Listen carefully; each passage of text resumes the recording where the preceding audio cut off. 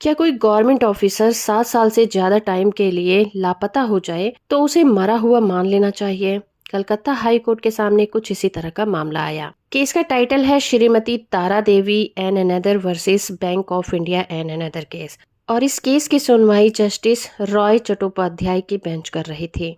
Calcutta high court ने अपने इस अहम फैसले में कहा कि अगर कोई कर्मचारी 7 साल से ज्यादा टाइम के लिए लापता हो जाता है तो उसे मरा हुआ माना जा सकता है, और उसके जो लीगल ईयर है उन्हें टर्मिनल बेनिफिट जरूर मिलना चाहिए, जिसके बाद उनके लीगल ईयर को उनका टर्मिनल बेनिफिट मिलने का अधिकार मिल जाता है।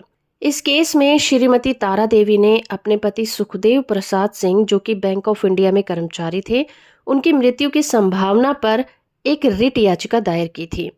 वो 2 फरवरी 2007 से लापता थे और पुलिस और रिश्तेदारों की कोशिशों के बावजूद भी उनका कोई पता नहीं चला था। याचिकाकर्ता के पहले बैंक से रिटायरमेंट लाभ, जिसमें कि ग्रेजुटी और पीएफ शामिल थे, और अपने बेटे रंजीत कुमार की कंपनसेट ग्राउंड पर नौकरी पाने के लिए आग्रह किया था, लेकिन बैंक ने इस पर कोई जवाब नहीं दिया था। अब कोर्ट के सामने 2 कानूनी मुद्दे थे।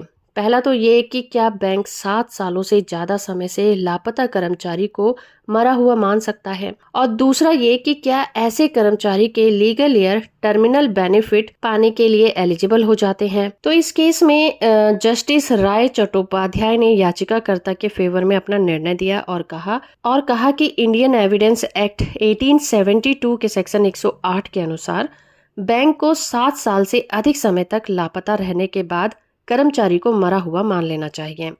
कोर्ट ने नोट किया कि बैंक ने पहले ही इस संभावना के आधार पर टर्मिनल बेनिफिट जारी किए थे और इसीलिए इसे अनुग्रह राशि भी जारी करनी चाहिए। तो अगर मृत्यु की संभावना की बात करें तो इंडियन एविडेंस एक्ट 1872 का सेक्शन 108 कहता है कि अगर कोई व्यक्ति 7 सालों तक कहीं देखा नहीं गया, सुना नहीं गया, तो जीवित रहने का बोझ उसी व्यक्ति पर होगा जो जीवित रहने का दावा करता है। दूसरा ये कि बैंक की जिम्मेदारी क्या बनती है।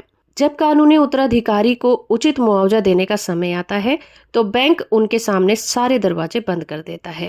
तो इस केस में कोर्ट ने बैंक ऑफ इंडिया को याचिकाकर्ताओं को उनके सारे बेनिफिट देने के आदेश दिए हैं और साथ ही आवेदन की तिथि से भुगतान करने की तिथि तक राष्ट्रीयकृत बैंक में बचत बैंक ब्याज दर से उन्हें ब्याज देने के लिए भी कहा है।